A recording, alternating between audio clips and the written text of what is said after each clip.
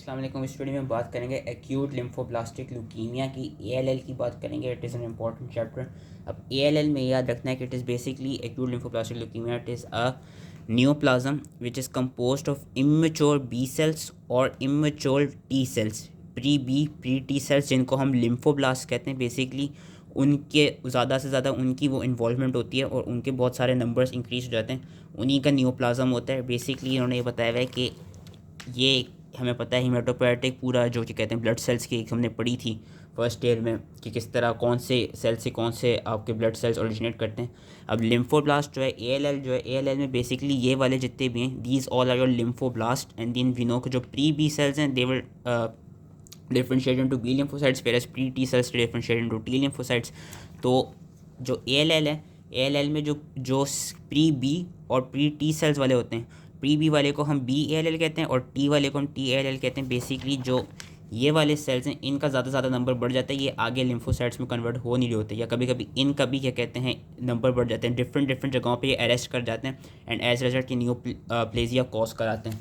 तो इसमें जो मेन चीज़ें याद रखनी होगी वो ये याद रखनी होगी कि जो हमारे पास बी ए एल एल्स होते हैं they are mostly seen in childhood. 85% of time हमको चाइल्डहुड में ही मिलते हैं। They are most common cause of क्या कहते हैं common cause of cancer in children. A L L it is the most common cause of cancer in children, जिसमें हमको बी ए एल एल ही नज़र आता है, बी सेल्स की ज़्यादा क्वांटिटी नज़र आती है। वेयरएज जो टी वाला एक्यूट लिम्फोब्लास्टिक ल्यूकीमिया होता है, जो टी ए एल एल्स होते हैं, they are mostly seen in adolescent males due to thymic lymphomas. वो थाइमस से अराइज कर रहे होते हैं। एडोलेसेंस में या एडल्ट्स में हमको ज़्यादातर टी ए एल एल्स मिलते हैं, वेरस चाइल्डहुड में जो कि मोस्ट कॉमन है हमको बी ए एल एल मिलते हैं। और इन्होंने यही बताया हुआ है कि जो बी ए एल एल का जो पीक इंसिडेंस देखा गया है दैट इज़ देखा गया एट द एज ऑफ 3। इस एज में क्यों देखा जाता है? क्योंकि इस एज में बेसिकली जो हमारी नॉर्मल बोन मैरो सेल्स होती हैं उनमें जो प्री बी सेल्स होते हैं they are greatest in amount. And where जो टी ए एल एल का पीक इंसिडेंस कब देखा जाता है? एडोलेसेंस की एज में। एडोलेसेंस की एज में क्यों देखा जाता है? क्योंकि उस वक्त जो थाइमस होती है, thymus has reach its maximum size and then we know कि आफ्टर प्यूबर्टी जो थाइमस होता है इट रिग्रेसेस।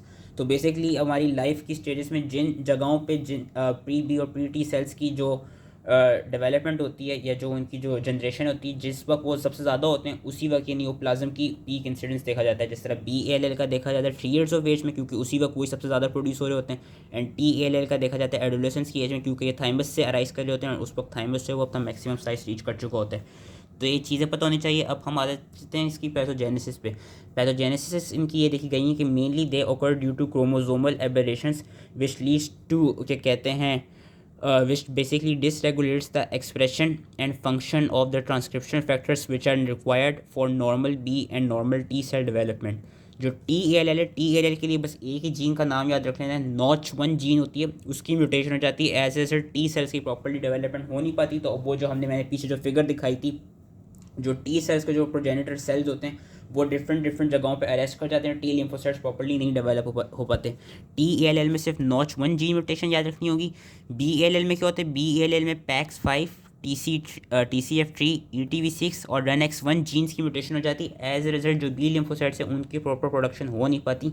बी एल एल के लिए जो पैक्स 5 है और जो रन एक्स 1 है, अगर ये चारों जीन्स के नाम नहीं याद होते, एटलीस्ट पैक्स 5 और रन एक्स 1 का नाम याद रख लेना। टी एल एल के लिए तो एक ही है नॉच 1, बी एल एल के लिए पैक्स 5 और रन एक्स 1 का नाम याद रख लेना है। इसके साथ साथ क्रोमोसोमल एबरेशंस के साथ साथ ये भी देखा गया कि कभी कभी रैस की या क्या कहते हैं वो genes which are involve which promote the cell growth, उनकी भी कभी कभी म्यूटेशन देखी जाती है ए एल एल में। लेकिन 90% ऑफ द टाइम्स हमको क्रोमोसोमल एबरेशंस मिलती हैं एंड हमको न्यूमेरिकल या स्ट्रक्चरल क्रोमोसोमल चेंजेस मिलती हैं। कौन सी क्रोमोसोमल चेंजेस मिलती हैं? ये जीन्स तो मैंने ये वाली बता दी जो कि याद रखनी है। दूसरा ये देखा जाता है हाइपरप्लॉइडी देखी जाती है, हाइपोप्लॉइडी देखी जाती है and chromosomal ट्रांसलोकेशंस। These 3 things are seen in your ALL. What is hyperploidy and hypoploidy? Hyperploidy इस हमें पता है कि नॉर्मल सेल के अंदर 46 क्रोमोसोम्स होते हैं। अब हाइपरप्लॉइडी ये होती है कि जो नॉर्मल सेल है उसके पास मोर देन 46 या मोर देन 50 क्रोमोसोम्स अगर प्रेजेंट हो जाएं, that is hyperploidy and it is also known as hyperdiploidy. Whereas hypoploidy ये होती है कि जब किसी सेल में 46 से कम क्रोमोसोम हो, लेस देन 46 हो, दैट इज़ नोन एज हाइपोप्लॉइडी। तो ALL में ये तो उन जीन्स की म्यूटेशन के साथ साथ हमको क्रोमोसोमल एबरेशंस क्या मिल सकती हैं? या तो हाइपरप्लॉइडी या हाइपोप्लॉइडी या डिफरेंट डिफरेंट क्रोमोसोम्स की आपस में ट्रांसलोकेशन हो सकती है और डिफरेंट फ्यूजन जीन्स बन सकती हैं। ठीक है, जो BALL होते हैं, BALL में हमको ज़्यादातर हाइपरप्लॉइडी और हाइपोडिप्लॉइडी ही मिलती है, जिसमें से जो हाइपर डिप्लॉइडी है that has better prognosis compare to hypodiploidy. ये वाला फैक्टर याद रखना होगा कि BALL में हाइपर डिप्लॉइडी जो क्योंकि सबसे कॉमनली चिल्ड्रन में ही होता है और चिल्ड्रन में BALL ही देखा जाता है। हाइपर डिप्लॉइडी याद रखना, it has better prognosis compare to hypodiploidy. Now we come to its morphology. तो मॉर्फोलॉजिकली ये देखा गया है कि जो ALL में अब सिंस बोन मैरो से अराइज कर रहा है, बोन मैरो में BALL ज़्यादा प्रेजेंट है। जो मैरो होती है it is hyper cellular and it is packed with lymphoblast which replace the normal marrow elements. And ये चीज़ क्लिनिकल फीचर्स में भी देखेंगे, ये इंपॉर्टेंट इसलिए क्योंकि हमको फिर बोन मैरो में सबसे ज़्यादा प्रोडक्शन किन की मिल रही होती है, सबसे ज़्यादा हमको ये जो लिम्फोब्लास्ट हैं, बोन मैरो के अंदर बाकी सेल्स नज़र नहीं आते, बोन मैरो के अंदर जो लिम्फोब्लास्ट होते हैं सबसे ज़्यादा यही नज़र आ रहे होते हैं। एज अ रिजल्ट जो ये बाकी सेल्स हैं इनकी प्रॉपरली प्रोडक्शन नहीं हो पाती है। फिर हम क्लिनिकल फीचर्स में पढ़ेंगे कि इन सेल्स की जब प्रॉपर प्रोडक्शन हो नहीं पाएगी तो उससे रिलेटेड हमको क्लिनिकल फीचर्स मिलते हैं। तो मेन चीज़ मॉर्फोलॉजी में जो याद रखनी है वो एक तो ये है कि marrow is hyper cellular and is packed with lymphoblasts. अगर हम TALLs की बात करें तो वी नो कि TALL they arise from thymus, वहाँ पे हमको मीडियस्टिनल थाइमिक मैसेज मिलते हैं associated with lymphadenopathy, splenomegaly. BALL और TALL दोनों की इन्होंने फिगर यहाँ पे दिखाई हुई। नज़र किस तरह आती है, जो ट्यूमर सेल्स जो होते हैं they have scant basophilic cytoplasm and nuclei somewhat larger than those of small lymphocytes. As we can see ये जो डार्क पर्पल दिखाया हुआ है ना, ये बहुत बड़ा सा उसका न्यूक्लिया दिखाया हुआ है, ये न्यूक्लियस है एक लिम्फोब्लास्ट का। तो जो उनका न्यूक्लिया होता है वो बहुत ही ज़्यादा बड़ा हुआ होता है। स्कैंट सा हल्का हल्का ये जो लाइट पर्पल सा दिखाया हुआ है स्कैंट सा साइटोप्लाज्म मिलता है।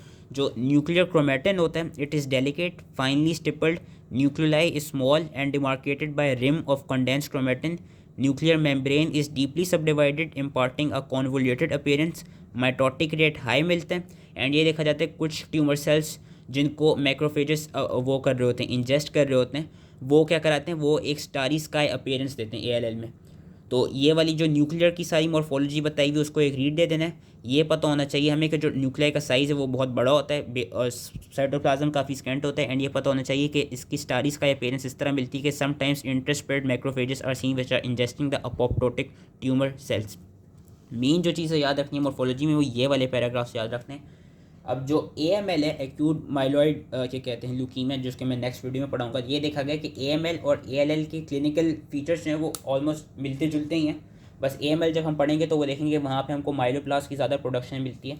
अब AML को अब क्या कहते हैं, अगर हम मॉर्फोलॉजी की या हिस्टोलॉजी की बात करें तो histologically how do we differentiate the ALL with AML, ये वाला जो बोर्ड में लिखा हुआ है ये पॉइंट याद रखना होगा कि कंपेयर्ड विद माइलोब्लास्ट जो लिम्फोब्लास्ट होते हैं which are seen in ALL, जिसकी मैं अभी वीडियो बना रहा हूँ, लिम्फोब्लास्ट जो होते हैं they have more condensed chromatin, they have less conspicuous nuclei, they have smaller amount of cytoplasm and they usually lack granules. ये चार चीज़ें याद रखनी होगी। AML जब हम पढ़ेंगे तो हम देखेंगे कि वहाँ पर हमको एसिडोफिलिक ग्रेन्यूल्स मिल रहे होते हैं।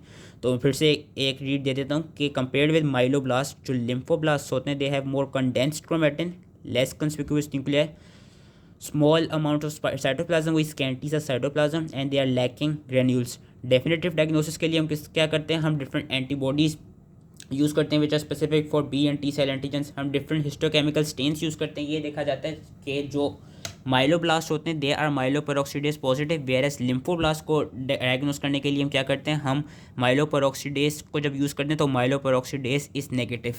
तो ये इसकी चीज़ याद रखनी होगी कि एक तो ये जो 4 पॉइंट्स हैं, दूसरा ये कि for definitive diagnosis we use different immunohistochemical stains and different types of stains.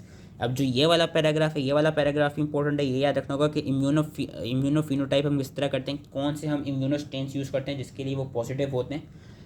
Main चीज़ जो याद रखनी है वो याद रखना है कि दोनों BALL और TALL दोनों are positive for TDT। What is TDT? It is your terminal deoxynucleotidyl transferase. अगर TDT पूरा नहीं ये नाम पूरा नहीं याद होता तो ये पता होना चाहिए कि both BALL and TALL they are both positive for TDT। What is TDT? It is a specialised DNA polymerase which is expressed only in your pre-B and pre-T lymphoblast. Hence 95% of the time हमको positive मिलता है क्योंकि हो ही इन्हीं का tumour है, lymphoblast का tumour हो रहा है, तो TDT जो है वो हमको पॉजिटिव मिलता है। उसके अलावा अलग से क्या चीज़ याद रखनी है, अकॉर्डिंग टू B और T, अगर हम BALL की बात करें तो BALL में हमको TDT के साथ CD19 पॉजिटिव मिलता है, PAX5 पॉजिटिव मिलता है और CD10 पॉजिटिव मिलता है। लेकिन इट ऑल्सो डिपेंड्स अपॉन के जो B लिम्फोब्लास्ट हैं वो किधर अरेस्ट हुए। मेनली जो हमें पॉजिटिव मिलता है वो ये याद रखना है कि CD19 PAX5 CD10 पॉजिटिव मिलता है। लेकिन अगर कोई बहुत इमेच्योर BALLs जमा हो रहे हों, कि लेट सपोज ये वाले प्रो बी सेल्स हैं वो सबसे ज़्यादा जमा होने लगें, उन बी सेल्स में क्या होता है, उनमें हमको सिर्फ CD19 और PAX5 पॉजिटिव मिलता है, CD10 जो है वो नेगेटिव मिलता है। वेयर एस अगर हम लेट प्री BALLs की बात करें कि लेट सपोज हमको जो लिम्फोब्लास्टिक ल्यूकीमिया हुआ है वो इन प्री बी सेल्स को हुआ है, जो प्री बी सेल्स हैं उनका नंबर बढ़ा हुआ है, उस केस में क्या होगा, उस केस में CD10 CD19 CD20 और साइटोप्लाज्मिक IgM जो है उसकी हैवी चेन, इन चारों के लिए पॉजिटिव होंगे। ठीक है, ये मैं दोबारा रिपीट करा देता हूँ कि जो BALL होते हैं नॉर्मली BALL में CD19 PAX5 और CD10 पॉजिटिव मिलता है। अगर तो ऐसा हो कि कोई बहुत ही इमेच्योर BALL है वो एक्यूमुलेट कर रहे हो तो उस केस में CD10 नेगेटिव होगा। एंड अगर ऐसा हो कि बहुत ही मेच्योर बी लिम्फोब्लास्ट हो तो उस केस में CD10 CD19 CD20 और साइटोप्लाज्मिक IgM हैवी चेन जो है पॉजिटिव मिलेगी। अगर पेपर में सवाल आ जाए कि कौन कौन से हम किसके लिए हम इम्यूनोस्टेन्स कर सकते हैं, तो BALL में ये सारे लिख देने, CD19 PAX5 CD10 CD20 and cytoplasmic IgM की heavy chain and your PAX5। अब अगर TLL की बात करें तो TLL में भी यही देखा गया है कि जस्ट लाइक BALL, TLL में क्या होता है, डिपेंडिंग अपॉन किधर अरेस्ट कर रहा है और किधर वो लिम्फोब्लास्ट अरेस्ट कर रहे हैं। TLL are usually positive for CD1 CD2 CD5 and CD7। जो लेट प्री टी सेल्स होते हैं, यानी जो प्री टी सेल्स अगर अकोमुलेट कर रहे हो तो उसमें हमको CD3 CD4 और CD8 भी पॉजिटिव मिलता है। अगर कोई ऐसा हो कि बहुत इमेच्योर ट्यूमर हो, प्रो टी सेल्स जनरेट ज़्यादा अकोमुलेट कर रहे हो, तो उस केस में हमें ये 3 नेगेटिव मिलेंगे, सिर्फ ये 4 ही नज़र आएंगे। तो टी सेल को भी याद रखने के लिए आसान सा तरीका यही है कि CD1 CD2 CD5 CD7 CD3 CD4। अच्छा, टी सेल को याद रखने का आसान तरीका ये है कि CD1 CD2 CD5 CD7 हर हाल में पॉजिटिव होगा। अगर कोई लेट प्री टी सेल का ट्यूमर हो तो उस केस में CD3 CD4 CD8 पॉजिटिव मिलेंगे, वरना नहीं मिलेंगे। और जो TDT है which is your terminal deoxy nucleotide transferase, वो हमें दोनों T में भी मिलेगा और B में भी मिलेगा। तो इम्यूनोफिनोटाइप थी, इसको सही से याद रखना होगा। क्लिनिकल फीचर्स में, तो क्लिनिकल फीचर्स हमें किस तरह मिलते हैं, वी नो बोन मैरो के लेवल पे जो मैंने पहले बताई थी। अब जो ये लिम्फोब्लास्ट हैं, ये सारे लिम्फोब्लास्ट अकुमुलेट कर रहे हैं, जिसकी वजह से ये वाले जितने भी सेल्स हैं, ये जितने भी ये वाले सेल्स हैं, इनकी प्रॉपर्ली क्या नहीं हो पाएगी, जनरेशन हो नहीं पाएगी।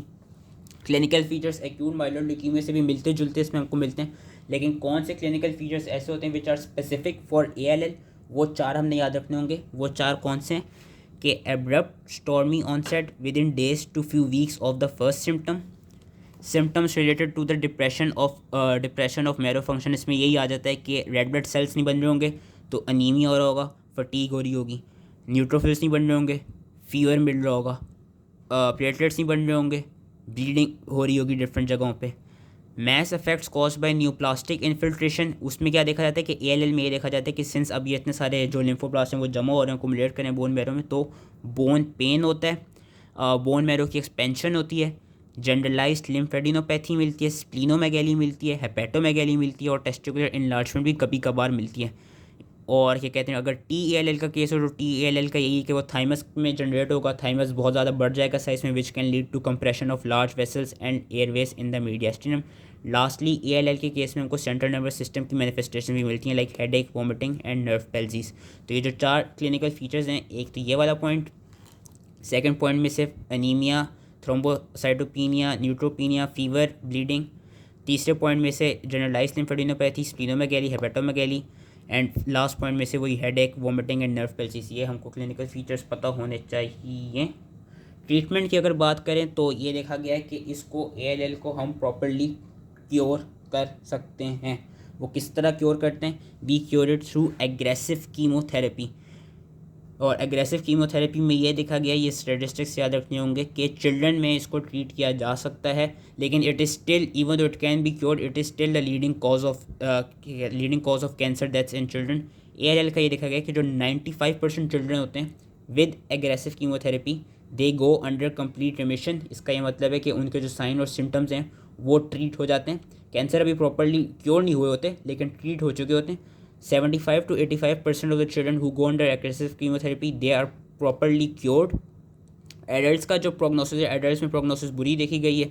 एडल्ट्स में ज़्यादातर ये देखा जाता है कि एडल्ट्स को में अगर एग्रेसिव कीमोथेरेपी करा भी दें तो सिर्फ 35 to 40% of the adults are properly cured. अब कौन कौन से फैक्टर्स हैं which are important for worse prognosis and कौन से फैक्टर्स हैं which are important for best prognosis, वो भी पता होने चाहिए। 3 फैक्टर्स हैं which leads to worse prognosis. वो 3 फैक्टर्स क्या हैं? Age younger than 2, presentation in the adolescence और adulthood, and peripheral blood blast count having greater than 1 lakh sales के। बेसिकली 3 फैक्टर्स हैं जिसकी वजह से प्रोग्नोसिस ख़राब हो जाती है। एक तो ये कि प्रेजेंटेशन कब हो रही है in those individuals who are younger than 2 years old, या प्रेजेंटेशन कब हो रही है एडोलेसेंस में या एडल्टहुड की केस में, मतलब TALL वाली। एंड ऐसा हो कि जो हमारे पास पेरिफेरल ब्लड स्मेयर की जो आई हो, स्लाइड आई हो, उसमें जो लिम्फोब्लास्ट हो उनकी जो काउंट हो that is greater than 1 lakh. तो ये 3 फैक्टर्स होते हैं which leads to worse prognosis. और बेटर प्रोग्नोसिस, फेवरेबल प्रोग्नोस्टिक के कौन से मार्कर्स हैं? एज जो हो वो हो between 2 and 10 years, white cell की जो काउंट हो वो लो, हाइपर डिप्लॉइडी हो, ये शायद मैंने पीछे भी बताया था कि hyper diploidy is a best prognostic factor, trisomy हुई हुई हो क्रोमोसोम 4 की, 7 की, 10 की, और हमको ट्रांसलोकेशन कौन सी मिले? 12 chromosome, between chromosome 12 and chromosome 21 के दरमियान ट्रांसलोकेशन मिले। ये 5 फैक्टर्स हैं विच क्या कहते हैं हेल्प्स, या जिनकी जो प्रोग्नोसिस देखी गई है ALL की ट्रीटमेंट के लिए वो बेटर देखी जाती है। अब इसमें एक चीज़ रह गई, वो एक चीज़ ये रह गई कि मैंने बताया था यहाँ पे कि जो ALLs होते हैं, एक तो जीन्स की म्यूटेशन याद रखनी होगी, दूसरा मैंने बताया था कि ALL में बेसिकली क्या होता है 90% ऑफ द टाइम हमको क्रोमोसोमल चेंजेस मिलती हैं। कौन सी मिलती हैं? हाइपरप्लॉइडी, हाइपोप्लॉइडी एंड डिफरेंट क्रोमोसोम के दरमियान ट्रांसलोकेशन हो सकती हैं। लेट सपोज अगर तो हमको वो फिलाडेल्फिया क्रोमोसोम वाली ट्रांसलोकेशन मिल गई बिटवीन क्रोमोसोम 9 एंड क्रोमोसोम 22, जो कि हम CML में और इन डिटेल पढ़ेंगे। क्रॉनिक माइलॉइड ल्यूकीमिया में यही देखा जाता है कि क्रॉनिक माइलॉइड ल्यूकीमिया में BCR और ABL की फ्यूजन जीन बन जाती है। तो अगर ALL हो किसी इंडिविजुअल को और ALL में ये वाली ट्रांसलोकेशन भी प्रेजेंट हो, उसके लिए हम किस तरह ट्रीट करते हैं? उसमें हम एक तो वही एग्रेसिव कीमोथेरेपी कराते हैं, साथ में हम जो BCR ABL काइनेज के इनहिबिटर्स होते हैं वो देते हैं ट्रीट करने के लिए। चिल्ड्रन में इनको प्रॉपरली क्योर किया जा सकता है। So that was all related to acute lymphoblastic leukaemia. I hope कि ईज़िली समझ में आ गया हो एंड थैंक यू।